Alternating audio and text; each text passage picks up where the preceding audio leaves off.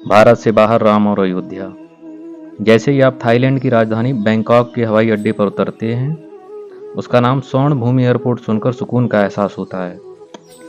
Airport से Bangkok शहर की ओर बढ़ते हुए राम स्ट्रीट और अशोक स्ट्रीट जैसे ही साइन बोर्ड दिखाई देते हैं।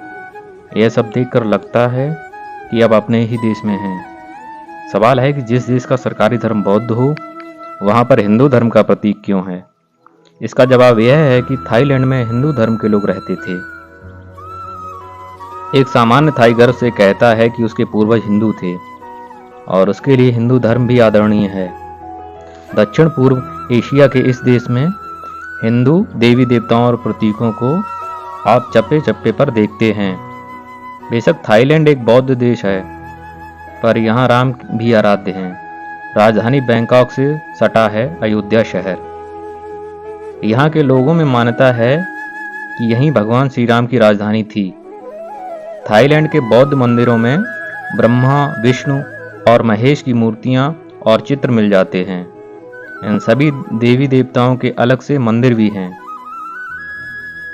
इनमें रोज बड़ी संख्या में हिंदू और बौद्ध पूजा अर्चना के लिए आते हैं। यानी थाईलैंड बौद्ध और हिंदू धर्म का सुंदर मिश्रण पेश करता है, जहां कोई कटुता और वैमनस्यता का भाव नहीं है। हिंदू धर्म का थाईलैंड के राज परिवार पर सदियों से गहरा प्रभाव है। माना जाता है कि थाईलैंड के राजा भगवान विष्णु के अवतार हैं। थाईलैंड का राष्ट्रीय प्रतीक गरुड़ है। थाईलैंड की संसद के सामने गरुड़ की मूर्ति स्थापित है। थाईलैंड में राजा नाम के साथ अनिवार्य रूप से राम लगता है। राज परिवार अयोध्या नामक शहर में रहता है। बैंकॉक से 50-60 किलोमीटर दूर स्थित अयोध्या बेहद खूबसूरत शहर है। यही नहीं, थाईलैंड का राष्ट्रीय ग्रंथ रामायण है, जिसे थाई भाषा में राम कीएन यानी राम कीर्ति कहा जाता है। यह वाल्मीकि रामायण पर आधारित है।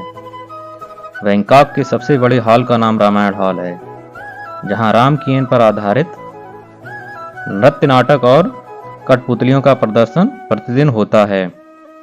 नवरात्र पर बैंकॉक के सुलोम रोड पर स्थित श्री नारायण मंदिर थाईलैंड के हिंदुओं का केंद्र बन जाता है। इस दौरान भजन, कीर्तन और अन्य धार्मिक अनुष्ठान होते रहते हैं।